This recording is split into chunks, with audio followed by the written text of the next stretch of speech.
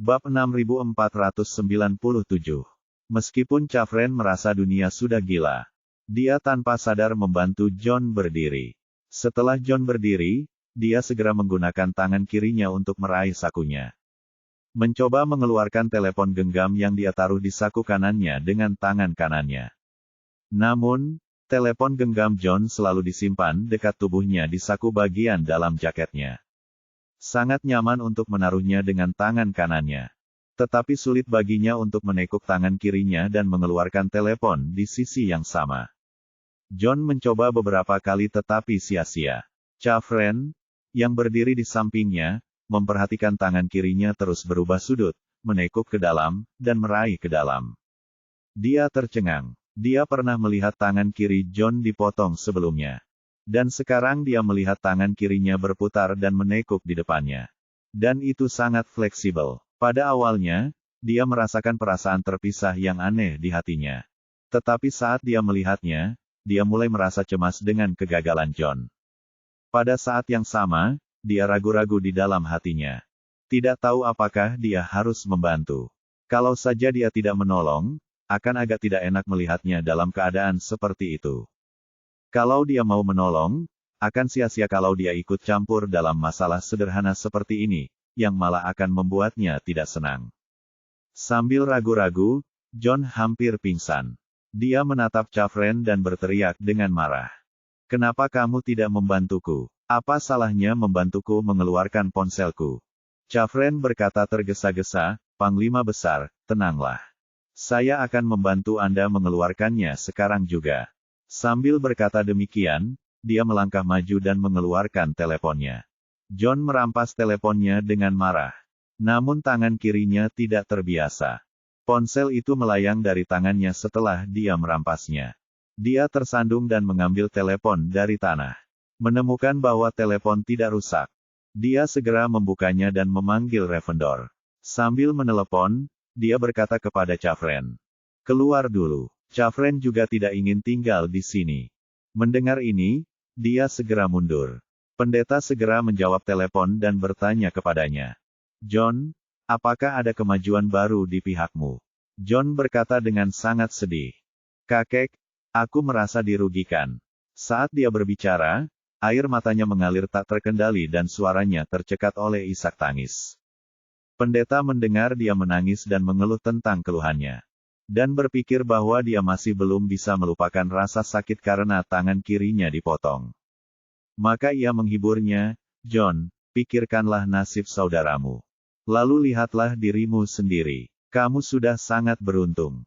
Saudaramu kehilangan jabatannya di Siprus, dan seorang bangsawan meninggal di jabatannya. Kamu juga kehilangan satu jabatan, dan seorang kuasa Earl juga hilang di jabatanmu. Jika kita berbicara tentang tanggung jawab, kalian berdua sama-sama bertanggung jawab. Tapi dia sudah meninggal, dan kamu hanya kehilangan satu tangan. Apa yang perlu ditangisi?" John menangis dan berkata, "Tidak, kakek, Tuhan telah menghukumku, dan aku tidak berani menentangnya. Hanya saja kakek tidak tahu. Baru saja, lelaki misterius itu datang ke pintu dan mempermainkan cucumu. Pria itu hanyalah iblis." Pendeta berseru, "Apa katamu? Pria misterius itu datang kepadamu. Dia datang kepadamu dan tidak membunuhmu." John tersedak dan berkata, "Bajingan itu bahkan tidak mau membunuhku. Dia memperlakukanku seperti anjing." John berkata, "Kakek, beberapa hari yang lalu kamu baru saja memberitahu cucumu tentang pil pembentukan kembali. Hari ini, bajingan itu datang ke pintu dan memberiku satu tanpa mengatakan apapun." Ravendor mendengus dan tertawa, "John, apakah kamu percaya hal semacam ini? Pil pembentukan kembali sangatlah berharga. Bahkan Tuhan pun tidak dapat menemukan semua bahan untuk memurnikannya. Di antara mereka, ada bahan obat legendaris yang disebut Fengguteng, yang tidak ditemukan Tuhan selama ratusan tahun. Orang itu dengan santai memberimu pil dan mengatakan itu adalah pil pembentukan kembali. Apakah kamu benar-benar percaya?" John buru-buru berkata, "Tidak, kakek. Tentu saja, awalnya aku tidak percaya. Saya benar-benar mengira dia hanya omong kosong. Oleh karena itu, orang itu tidak peduli apakah saya mempercayainya atau tidak. dan dia memberikannya langsung kepadaku. Intinya adalah setelah saya memakannya, tangan kiri saya benar-benar tumbuh. Saya melihatnya tumbuh dari tunas kecil menjadi tangan kiri utuh sedikit demi sedikit. Seluruh prosesnya mungkin tidak memakan waktu 5 menit. Mendesis. Bab 6498. Pendeta menarik napas dingin dan bertanya dengan serius. John, kamu serius? Orang itu datang kepadamu, tidak memukulmu atau membunuhmu, hanya untuk memberimu pil peremajaan yang tak ternilai harganya. Mengapa saya merasa semakin keterlaluan semakin saya mendengarkannya? Anda dan saya telah mendengar tentang gaya orang itu dalam melakukan sesuatu. Dia tidak hanya tegas dalam membunuh, dia bahkan sedikit bejat. Dia menggunakan senjata pertahanan jarak dekat untuk meledakkan orang dan rotor helikopter untuk memenggal kepala orang. Dia lebih jahat dari iblis. Dia tahu bahwa Anda adalah panglima besar kantor Komandan Angkatan Darat Kanan. Tapi dia tidak memenggal kepalamu. Sebaliknya, dia memberimu pil peremajaan. Bukankah ini terlalu aneh? John menangis dan berkata, "Kakek, kamu tidak tahu. Meskipun bajingan ini memberiku pil perombakan. Setelah tangan kiriku tumbuh, dia memotong tangan kananku. Dan dia menggunakan energi spiritualnya untuk secara paksa memotong tangan kananku di telapak tangannya. Dan tangan kananku hancur. Apa katamu?" Pendeta merasakan hawa dingin di punggungnya dan berseru. "Orang itu memberimu pil, menumbuhkan tangan kirimu, dan kemudian memotong tangan kananmu. Jadi sekarang tanganmu hanya satu, tapi sekarang tanganmu hanya kiri, bukan kanan." "Ya, kakek," John berteriak, "tidakkah kau pikir bajingan ini adalah binatang hidup? Dia membuang-buang pil senilai ratusan miliar dolar hanya untuk menyiksa dan mempermalukan cucu ini." Ravendor berkeringat dingin dan bergumam. "Ini bukan untuk mempermalukanmu, ini untuk mempermalukan Tuhan. Dia menggunakan ramuan yang Tuhan inginkan untuk menyembuhkan tangan kirimu. Lalu potong tangan kananmu. Ini jelas merupakan tamparan di wajah Tuhan. Dan dia menggunakan tangan kirimu yang baru tumbuh itu untuk menamparkan wajah Tuhan. Dia rela menyia-nyiakan pil berharga itu hanya untuk mempermalukan Tuhan. Keberanian orang ini sungguh tidak pernah terdengar. Apa bedanya ini dengan menghabiskan 100 miliar dolar hanya untuk menamparkan wajah seseorang?" John terisak dan berkata, "Kakek, aku tidak tahu bagaimana harus melapor kepada Tuhan. Seperti yang Anda katakan, orang ini melakukan ini untuk mempermalukan Tuhan. Apakah Tuhan akan melampiaskan amarahnya kepadaku lagi karena kebencian dalam hatinya?" Ravendor menghela nafas dan berkata, "Sayangnya, aku tidak bisa menebak hal semacam ini. Tetapi hal semacam ini tidak dapat disembunyikan dari Tuhan. Jika Anda hanya seorang gubernur Angkatan Darat Kanan tingkat menengah atau senior, Anda hampir tidak akan bertemu dengan Tuhan di masa depan. Dan masalah ini mungkin disembunyikan, tetapi Anda adalah Gubernur Agung Kantor Gubernur Angkatan Darat Kanan. Tahun depan, ketika Tuhan mengunjungi tempatmu, Anda harus menerimanya secara langsung, jadi Anda tidak bisa menyembunyikan apapun." Setelah itu, Ravendor bertanya lagi, "Ngomong-ngomong, apakah kamu melihat wajah pria itu?" "Tidak," John berkata, "pria itu mengenakan topeng, hanya memperlihatkan sepasang mata. Dan penampilannya tidak dapat dilihat. Tapi dari suaranya, sepertinya dia tidak tua. Dia seharusnya berusia sekitar 30 tahun. Begitu muda." Ravendor bertanya dengan ragu.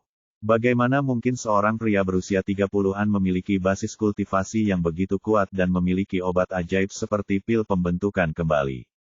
John berkata, "Dia memang terlihat muda, tapi saya tidak yakin apakah dia sebenarnya lebih tua." Pendeta bertanya lagi, "Apakah pria itu memberitahumu informasi berharga?" John berpikir sejenak dan berkata, "Oh, orang itu tahu nama Tuhan. Dan dia memintaku untuk menyampaikan pesan padanya." Pendeta segera bertanya, "Pesan apa yang dia minta untuk kamu teruskan?" John berkata dengan gugup, "Grandmaster, kakek. Itu keterlaluan, cucumu tidak berani mengatakannya." Pendeta memarahi, "Lubang A55. Jika kau tidak memberitahu kami hal penting seperti itu, bagaimana Tuhan bisa mengetahui petunjuknya? Katakan dengan cepat." John hanya bisa menelan ludah dan berkata, "Dia dia meminta cucumu untuk menyampaikannya kepada Tuhan, katanya. 4. Mengatakan bahwa cepat atau lambat dia akan membunuh Tuhan dengan tangannya sendiri. Lalu, pendeta mendesak dengan cemas, apalagi, cepat beritahu aku. John merendahkan suaranya dan berkata, dia berkata bahwa dia akan mendirikan patung perunggu 1 lawan 1 untuk Tuhan.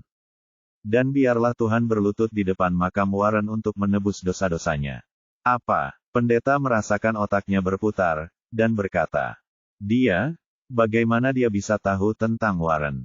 Di dunia ini, kecuali Tuan dan keluarga Wu. Siapa lagi yang tahu tentang keberadaan Warren? John segera mengingatkan, kakek, mungkinkah kamu lupa tentang putrinya Maria? Tuan sedang mencari, bajingan ini mungkin adalah Tuan Maria. Pendeta itu berkata dengan nada berbisik, Maria lemah dan tidak berdaya. Dan dia abadi hanya karena ramuan yang diberikan Warren padanya. Bagaimana dia bisa melatih seorang master seperti itu setelah berlarian selama bertahun-tahun? Bab 6499. Ketika John mengatakan bahwa pria misterius itu ingin Tuhan berlutut di hadapan Warren, Ravendor menyadari ada sesuatu yang salah. Dia telah bersama Tuhan selama hampir 100 tahun dan mengetahui banyak hal tentangnya. Dia tahu bahwa Tuhan telah mencari Maria selama lebih dari 300 tahun. Dia juga tahu bahwa Maria tidak memiliki kultivasi sama sekali. Selain memiliki rentang hidup 500 tahun.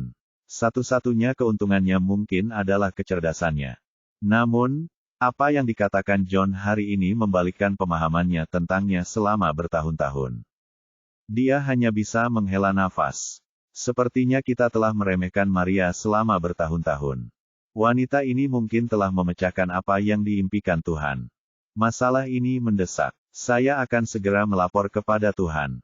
Tunggu saja kabarku. John buru-buru memohon, kakek, tolong ucapkan beberapa kata baik untuk cucumu di hadapan Tuhan. Dan jangan menghukum cucumu lagi. Jangan khawatir. Pendeta menghela nafas dan berkata, saya akan berusaha sebaik mungkin untuk membantu Anda dalam masalah ini. Setelah itu, dia berkata, ambil video tanganmu dan kirimkan padaku. Dan aku akan menyampaikannya kepada Tuhan. John buru-buru berkata, baiklah, kakek. Saya akan mengambil video dan mengirimkannya kepada Anda sekarang. Setelah menutup telepon, John menggunakan tangan kirinya untuk mengambil gambar pemandangan berdarah di tangan kanannya. Dia lalu memaksa dirinya pergi ke kamar mandi dan mengambil gambar tangan kirinya di cermin. Setelah menerima video tersebut, Ravendor segera pergi menemui Victoria. Ketika Victoria mendengar bahwa pria misterius itu telah memberi John pil pembentukan kembali. Rambut di tubuhnya berdiri pada saat itu. Dan dia bertanya kepada pendeta. Benarkah yang kau katakan? Pria itu benar-benar memberi John pil pembentuk kembali. Pil pembentuk yang dapat membentuk kembali tubuh emas seseorang. Benar sekali. Ravendor buru-buru membuka video yang dikirim John, menyerahkannya padanya, dan berkata, Tuhan, ini video yang aku minta John untuk kirimkan. Beberapa hari yang lalu, ketiga tetua menunjukkan belas kasihan ketika mereka berdiri di tangan kirinya. Mereka menangani lukanya dengan sangat hati-hati, dan hampir tidak ada pendarahan. Namun lelaki misterius itu kejam dan langsung memotong pergelangan tangan kanannya dengan tangannya. Lukanya sudah berdarah. Lihatlah tangan kirinya, kamu tidak bisa melihat bekas luka sama sekali. Dan itu bahkan terlihat sedikit lebih halus daripada kulit di pergelangan tangannya. Victoria menonton seluruh video tanpa berkedip. Dan seluruh tubuhnya mulai bergetar hebat dan tak terkendali. Dia menggertakkan giginya dan menggeram seperti binatang buas dan berkata dengan suara dingin. Untuk menyempurnakan pil pembentukan ulang dan pil hijau abadi, diperlukan bahan obat yang sangat berharga. Yang merupakan pohon tulang Phoenix. Saya bahkan 80% yakin bahwa resep pil 100 putaran dan ribuan pengembalian juga akan mengandung bahan obat Phoenix Bonfin. Saya telah mencarinya selama ratusan tahun. Dan meminta orang-orang dari Warriors dan untuk mencarinya untukku selama ratusan tahun. Tetapi saya tidak pernah menemukan jejaknya. Dari mana orang ini mendapatkannya? Pendeta buru-buru berkata, oh, tuanku, saya belum selesai. Sebelum pria misterius itu pergi, dia meminta John untuk memberimu pesan. Dan dia menyebut Warren dalam pesan itu. Pendeta tidak berani mengatakan kata-kata asli yang diminta Charlie untuk disampaikan John di depan Victoria. Jadi dia hanya bisa memberitahunya dengan cara yang tidak jelas bahwa masalah ini ada hubungannya dengan Warren. Ketika Victoria mendengar kata Warren, dia tersambar petir. Dia begitu bingung hingga sedikit linglung. Dia berkata dengan terbata-bata, bagaimana dia bisa kenal saudara Warren. Setelah itu, dia sadar kembali dan segera mengubah nada bicaranya menjadi dingin dan bertanya. Bagaimana dia bisa tahu nama Warren? Di dunia ini, terpisah dari kamu dan aku. Satu-satunya orang yang mengenal Warren mungkin Maria, kan? Meskipun Warren berjuang selama setengah hidupnya untuk menggulingkan dinasti Qing dan memulihkan dinasti Ming, tidak ada catatannya dalam buku sejarah. Alasannya adalah karena Warriors dan belum menjadi kekuatan yang harus diperhitungkan sebelum kematian Warren. Sebelum melarikan diri ke pegunungan Siwandasan, Warriors dan diburu oleh Istana Qing hingga hanya Warren dan Victoria yang tersisa. Bab 6500. Setelah Warren mempelajari sesuatu di Siwandasan, dia berpikir untuk menghidupkan kembali Warriors dan bahkan menggulingkan kekuasaan Istana Qing dan mengembalikan negara kepada orang Han. Tapi dia tidak menyangka akan terluka oleh panah tersembunyi Victoria, dan meninggal sebelum dia dapat menyelesaikan misinya. Setelah Victoria keluar dari pegunungan Siwandasan dan mencari Maria dengan sia-sia, dia mendirikan kembali Warriors dan saat ini. Akan tetapi, sarang prajurit ini belum melakukan apapun yang merugikan dinasti Qing atau memulihkan dinasti Ming sejak hari ia mendirikannya.